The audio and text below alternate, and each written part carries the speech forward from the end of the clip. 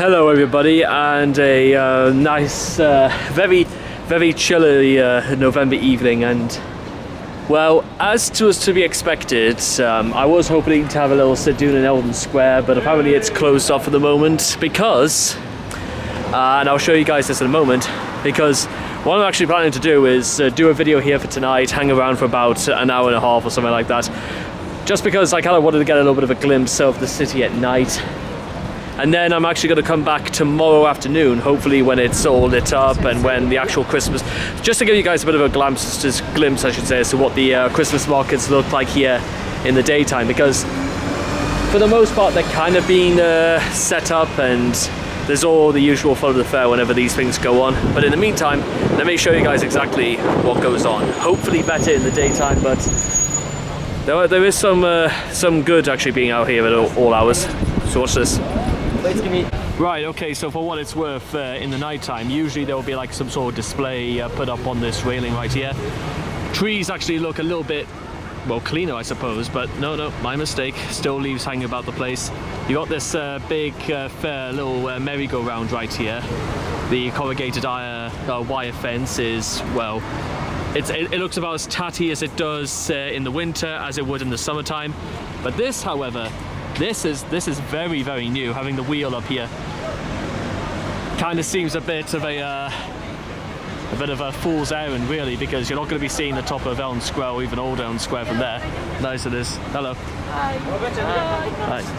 So yeah, for what it's worth, hopefully during the daytime we can actually get access to Elm Square. It'll look a lot better. And off we go. Now the idea possibly of what I wanted to try out is to take a look at see, as you can see right here, with the lights and everything on at night, it actually looks as though Northumberland Street might actually be finished.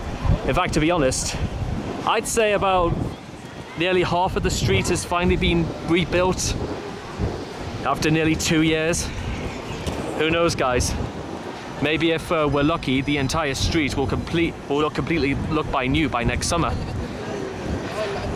And of course, what you've got over here, famous Phoenix windows, and this is usually where like artists, they do little Christmas displays and whatnot. It's really nice little sections, really good fun and all that for people. It's just something for people to look at this time of year. So see all the big holes? Everything's filled up. It's replaced with little benches, which, to be fair, I can't remember if there were like little benches before. But there you are. So you can see, just like right aside Foot Asylum is sort of where construction continues as before, and it gets a little bit more colourful when you get up further north on the street, especially if you hang around McDonald's at like 2 o'clock in the morning. But I think that's enough of for the enthusiasts who don't really know what Northumberland Street used to look like. Because I wasn't even joking, 2 years of construction, and it feels about exactly the same as before, with the only little alterations being just benches, and even they could have given the bins or something, I don't know, like a lick of paint or something like that. Looks very drab. Anyway, off to Big Market. So it turns out I was a little bit overzealous in my estimation when it came to dates, because actually today is the 14th, which means the markets will be open tomorrow. And my goodness, it's exactly as I always remember. I mean, wheelchair access is always a little bit of a sticky emblem when it comes to this part of the city. Hello. But yeah, especially like on match days and all that, it must get absolutely chocker around this part of the city. So it's just a question of, well, plan your day, get only what you actually need, and just sort of get on with it. Anyway, off we go. At least the lights always look a treat around here. Nothing else. Actually, now that we're alone viewers, and I'm gonna like try and speak low, but that's why, subtitles are such a blessed relief. As we're sort of like heading down to Big Market right now, I must be honest, and this was something that was kind of on my mind a little bit as I was planning this whole little adventure. So I don't know if I'm nervous or just excited or just a little bit. I have absolutely no idea what's going to happen, but you know what? It's an adventure. It's something new and it's something different, and you know what?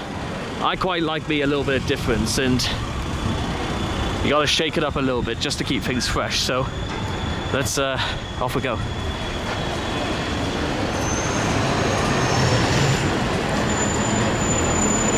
Hopefully I'll be able to do a short little bit towards the end of this video to explain what's bringing on this little uptick, but let's go.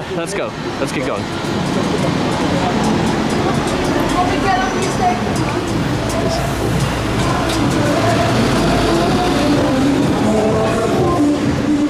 Right. Yeah, just look normal, look normal. Look normal, look like you pretend you do this all the time. That's all you gotta be nervous about. Look normal, look normal, look normal. Look normal, look normal.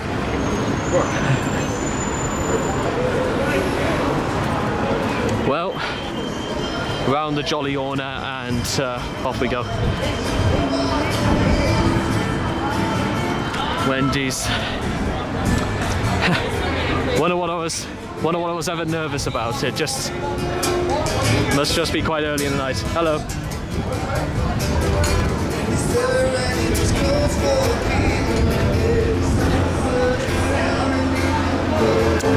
Yeah, I don't really know what I was nervous about. It's just feels nice and quiet. Well, with that being said, it's only a little bit past 7. Surely it must get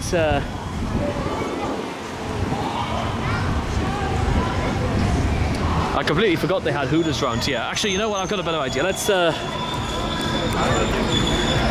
maybe now's a good time to do a little piece to the camera. So let me just take a seat and I'll fill you in about what's been going on.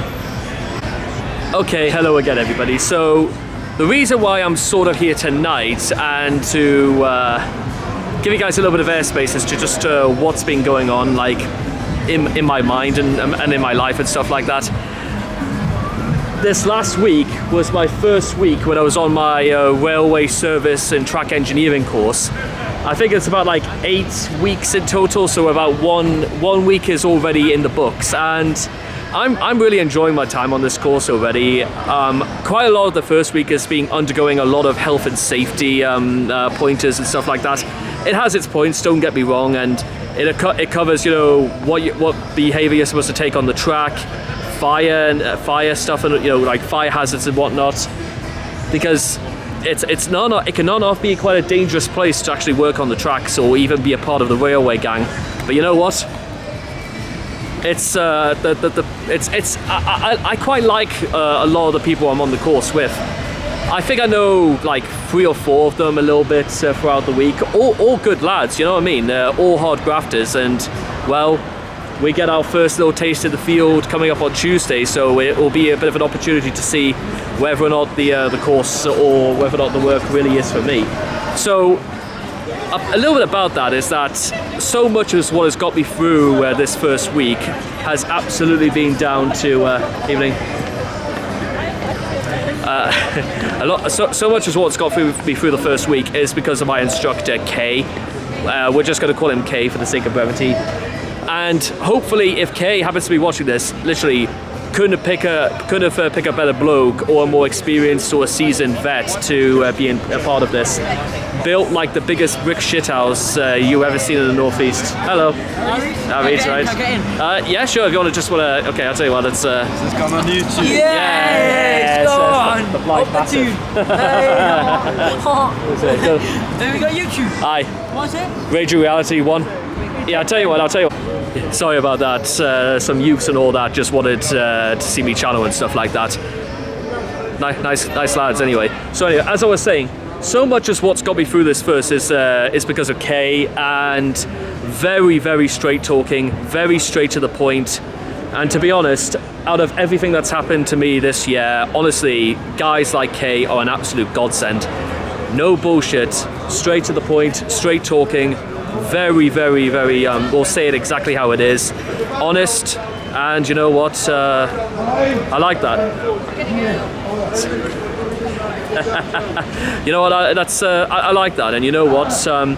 Guys, honestly, guys like Kay are an absolute rare breed, and you know what? This guy is real, and I think the guys on my course are actually very, very real, because you just feel like you get the sense that a lot of people that I'm on the course with, they've been through the ringer, and they've been filtered through the system, they've been ground, they've been pulped, they've been minced, diced, sliced, vacuum packed, set in the oven, forgotten, and burnt to a crisp.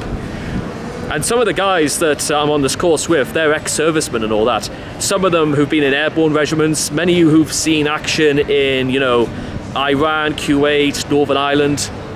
Some who've literally, they started their work straight out of school, and who would have? It's bizarre, but you know what? I think it's the best sort of environment I could find myself in, because already I've developed a very sincere reputation. Like, I think people have caught on already, you know, about like autism and whatnot.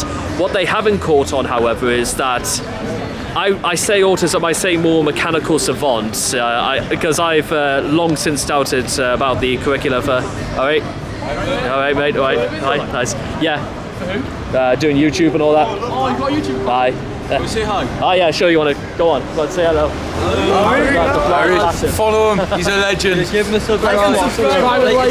Yeah, I got you doing this all the time. Yeah, that's absolutely one direction. Have a good night, mate. What's YouTube? Raging Reality 1. Get in. I'll drop a like and subscribe. Thank you. Cheers, son. See, again, you know what? It's just it's the done thing. You never know what you're gonna find out, and it's just you just gotta know. You just gotta know where you want to be, and honestly, if those guys, if every I could be double my subscriber count literally in one night if this keeps up. Probably won't, but you know what? You just test the waters. Anyway, so expectations. Exams for everything. Oh yeah, I was talking about being a mechanical savant.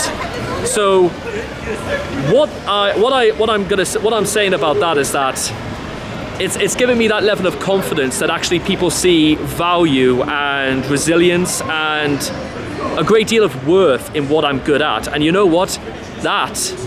You won't believe how rare I've found that in the last couple of years.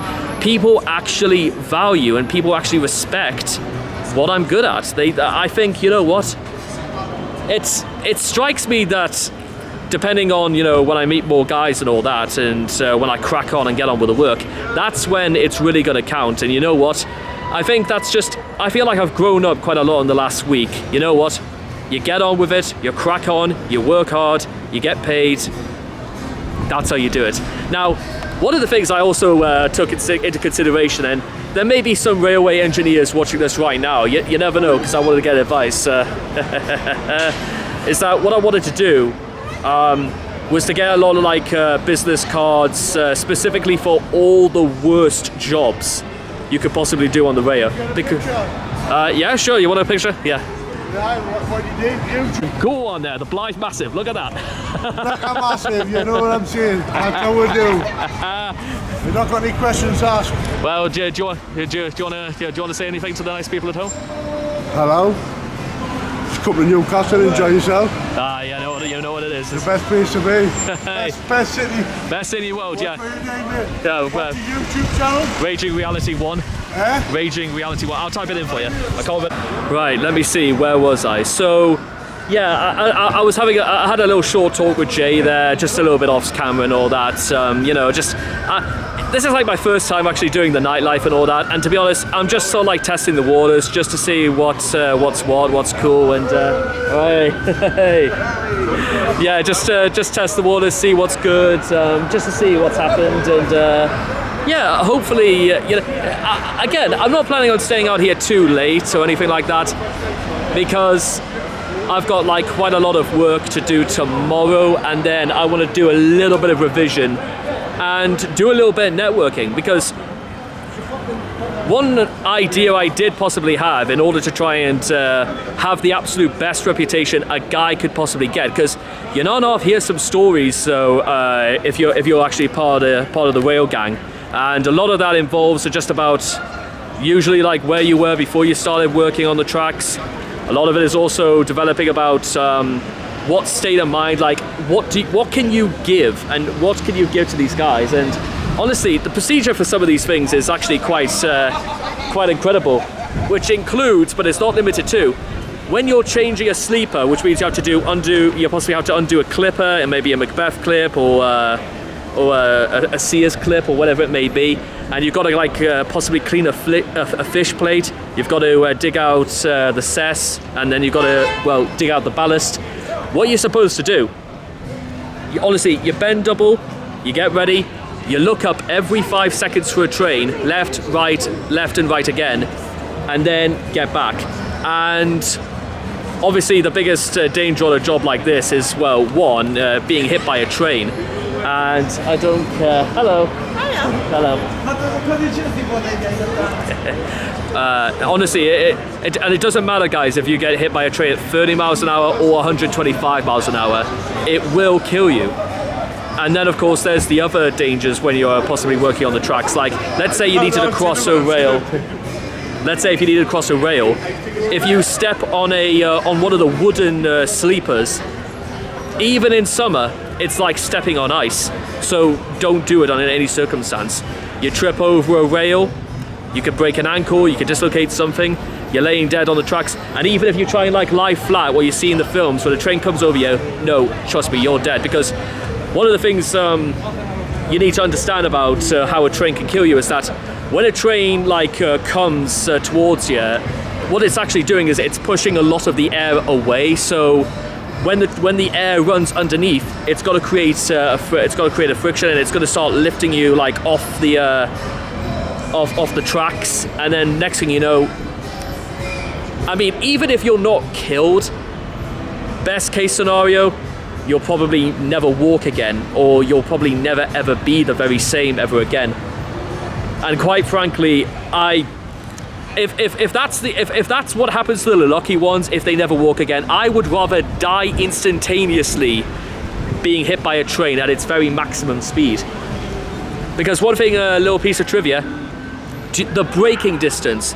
You know how if a train is traveling 125 miles an hour and a signalman orders it to stop in the event of an emergency, that train needs a whole mile of braking. It needs to brake for a whole mile. And when a train is doing 125, it means it can cover a mile in 31 seconds. If you need to cross a railway line, you've got under 10 seconds. And then when you've crossed it, you need to stand well over 2 meters away. I know that it's that the regulations is 2 meters to my knowledge. However, get as far, they say 2 meters if it's absolutely like, what happens if there's like a fence very close by? My suggestion, get as far away from the line as humanly possible. I can't emphasize this enough, because trust me, guys, when I say instantaneous, I really do mean instantaneous, because I imagine if I got hit by a train, I would rather either die instantaneously, feel no pain, but try telling that to somebody who's been hit by a train at 125. I don't even think Superman could survive something like that. Anyway, so where was I? And then, of course, I mentioned a lot about, you know, obviously the most immediate cause is being hit by a train, but then there's like other things as well, like what happens if, you know, like a signal box becomes faulty, and, you know, there's an emergency situation where 2 trains collide. Or what happens if like a fuse box or a distillery box or an AC box, any one of them goes faulty, it could start a fire. Or what about even when one of the trains actually develops a fault, and a fire literally breaks out from underneath a carriage, underneath the engine bay? What do you do then? Or what happens, let's say, somebody, when they're like having a smoke break and all that, stub it out, or they don't bury it underneath the ballast or underneath the or the cesspit or anything like that. Chuck it into a bush. They start setting the whole line on fire, because obviously you set a bush on fire, it will grow via convection, and it can literally melt a power line. Before you know it, you could have downed the entire system because of one mistake. And personally speaking, ladies and gentlemen, I do not want to be that person who is responsible for that mistake, responsible for the down lines of like pretty much every major route from London to Edinburgh, anything like that. I mean, the rates that, Network Rail or any of the other big companies must pay for like even so much as 1 second's worth of delay or a second's worth of accident, you're talking into the hundreds of thousands of pounds. And call me old-fashioned, but I am not going to be held responsible, because that's not going to happen. You got to know what you're doing, because guess what? Oh dear me. I mean, if the worst thing that happens in situations like that is I get sacked and I don't face prison, I will consider myself extremely lucky.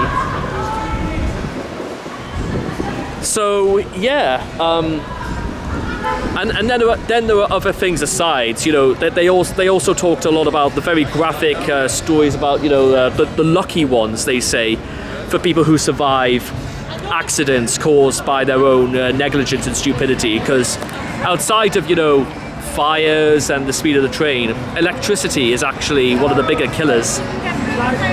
Overhead lines, power lines, AC and DC volt currents and all that. You could be fried from the inside out. You could be zapped, and you could be forced like nearly half a mile back straight into an oncoming train. Honestly, I think having maybe at least 2 or 3 more weeks worth of health and safety, I think, or possibly going over quite a lot of revision for health and safety, is probably it could be the sort of thing that saves my life. It's the sort of thing that could probably save a lot of other people's lives. And yeah, when I say under no circumstances, I am not going to be the person who's putting my life at risk. It is absolutely not worth it. And then, of course, I think I mentioned before about one of my pet peeves about trying to, the sort of people who like walk across the road and they sort of go off at a bit of an angle and they feel like they've got the entire month to cross the street. Or even the sort of people who literally walk across the street, start walking across the street, and then towards the end they just sort of go in a very slow walk. Like, no, don't do that, get off the road. And even the sort of people who start walking the streets, they know fine well the lights are changed, and they walk as though the whole world is going to start dancing to their rhythm as they do. Yeah, literally, very, very simple. Find a safe point to cross to cross the line if you need be. Do it, and literally get across there at as though you were ready to be shot. Because quite frankly, I don't know what's more painful, being hit by a train or being shot. All right, lads? Oh yeah. Just doing a little piece for YouTube and all that. Oh, you do YouTube? Aye, that's me. What's your name? Right, so again, it's almost 8 o'clock. And let's be honest again, it's a really, really chill, chilly, yeah, it's an absolutely chilly night, that's for certain. And it would be interesting to know, because I imagine that it's probably going to get like mega busy in about an hour's time, and I really don't know how I'm expected to like hang a route for an hour and stuff like that at night. But you never know. We might take a little walk up to the gate. It's literally just like on the other side of the street. So let's see what we get. There might be you never know what you might find out here. And so yes, we just take a look a little bit more about to Monument from here. And traffic isn't really too much of an issue, like even at this time of night. But oh, here we go. Haven't been round the gate in ages and all that, Should be pretty fun. City Centre event. This road will be closed Wednesday 5th. I must have missed. Oh well, there's always another year. You know what I mean? How are you? Yo, what's up, lads? Hello, this is Rosa. Is that a vlog? Yeah, doing YouTuber, nice. What about you? Come to the rules and cry, you know what I'm saying? Aye, sure. Don't worry. We don't. I wouldn't force it. Don't go away from it. No, Anyway. no, man. If I'm with the guys, Yeah, go on then. Get in there. Go on, son. happily with the guys. Nice. Can I stand strong with the guys? Yeah, of course you can. Go on. You want some verbiage? You want some wordage? More than I can handle, son. Go on. What do you want? What do you want? You want a poem? Dare I, is it a sin to all over the depths of Lucifer's thinking? Enslaved by the labors of a life. A life to which I owe nothing, but I expect redemption. Strive as I may to resist this enticing lure. But I dare not face reality, for reality should surely drive me insane. That's why I'm going in there and getting pissed. That's one man. Go on, lad. Kind of. Oh, I was gonna pay him and all that. That was fantastic. That That's a good clip. I did it. It's nice, man. was. Yeah. We were just making. We were joking, man. Spit it out. Tell you what. Come on, man. I can't go no more. Spit it out. Say more. You need to say more. Say more for the viewers, Mirror man, castigated by the gaze of the mirror man. Tortured man, revolted yet devoted to the mirror man. Mercilessly afflicted, hopelessly addicted, in the futile aggressors of a fallen man. Surreptitiously suggested with intermediary suggestions, harassed, rebuked, with cutting rejections. The future's no longer the land of hopeful aspirations. 'Tis merely a litany of crippling denunciations. My man. That's a man. They're not paying him enough for that, you know. And I paid him for literally nought, but you know what I mean. Finish. I think he's got to get on and all that. Anyway, cheers. Anyway, that's brilliant. That Rose and Crown and all that. There you are, guys. I literally paid. I don't know if he was like a chef or just worked as a manager. Coolest cat you're gonna see this side of the city. That was fantastic. I wasn't even joking, by the way. You know, they do not pay these guys. They do not. This is what I was talking about earlier. You give people, you pay them for the things they should be good at. You don't pay them for the things they don't want to be good at. You be fair. You treat people as they want, and you pay them for what they can do. Simple as that. Amen. What a nice man he was too. That was awesome. Anyway, back to the Crown we go. Well, gates. I don't know what I said Crown for.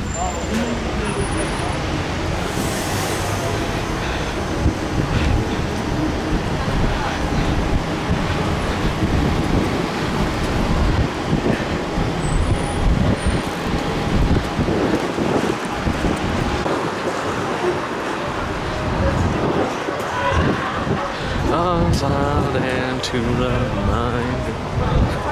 Actually, you know, since it's like just after 8, but this is usually when like the clubs like start opening and stuff like that. I'm smoking here. I don't know if you can or you There again.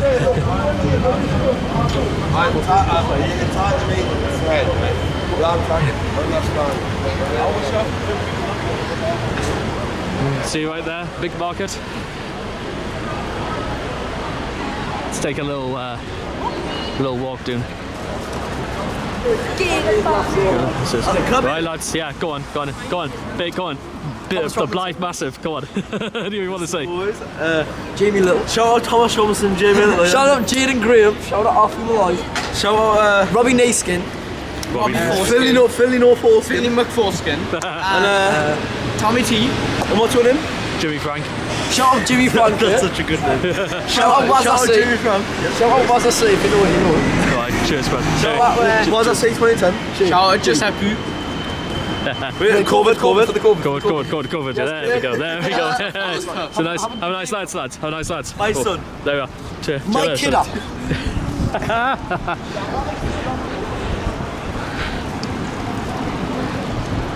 I was about to say, you know what, TikTok, nah, I'm a professional, I got standards. TikTok, are you mad? Oh, but you know what, it's like everything I thought it was gonna be, and you know what?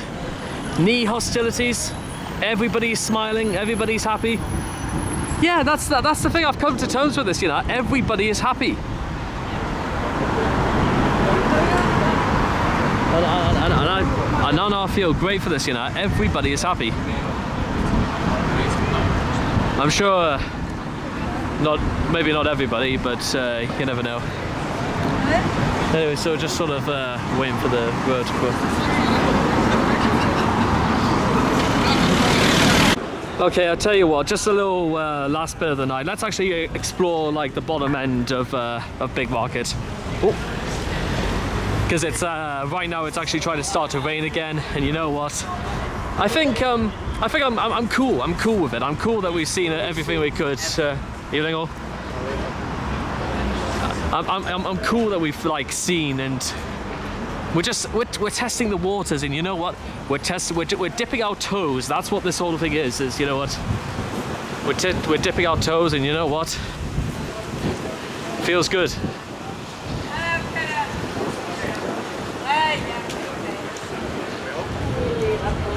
High Bridge.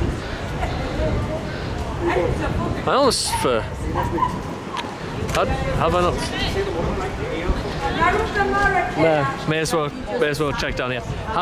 Again, where does this lead to? I know we were on what was it, High Bridge in like Grangertown.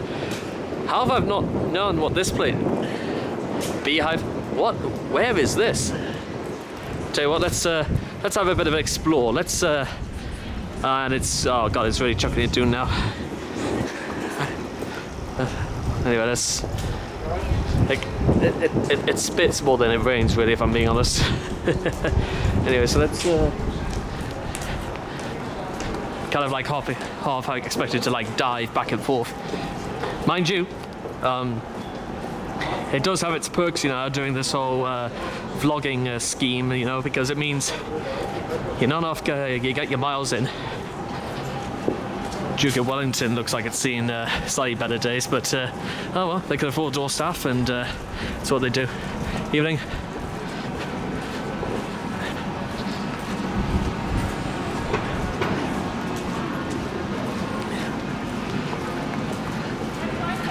So where is this lead to?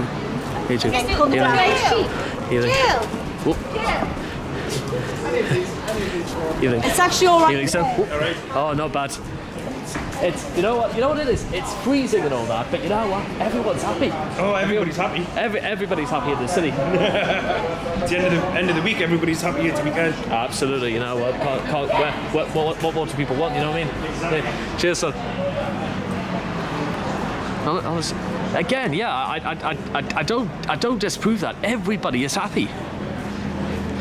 And you know what? Call it call it sappy or call it whatever you want, but you know what? It feels good.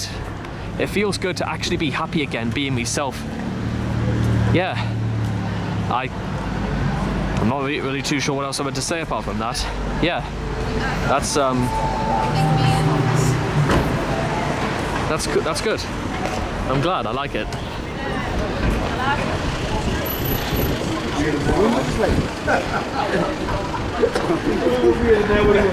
Anyway, you know.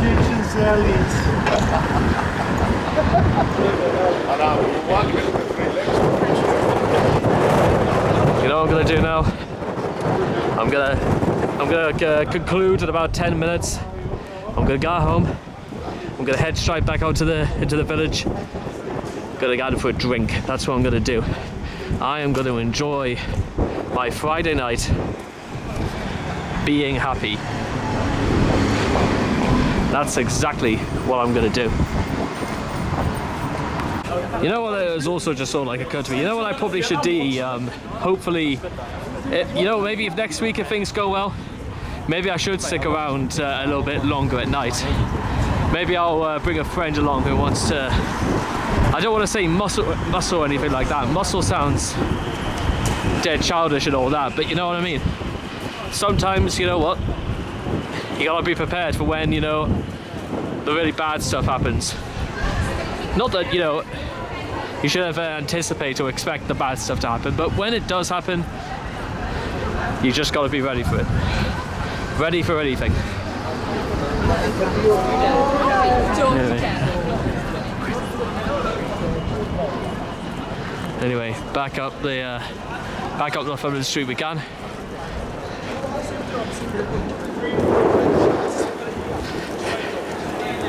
Gerard.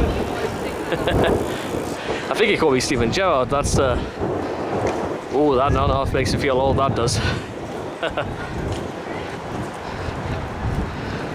And go and discover on the same rosemary in time. Remember me for the one who lives there. He was once a true love of mine.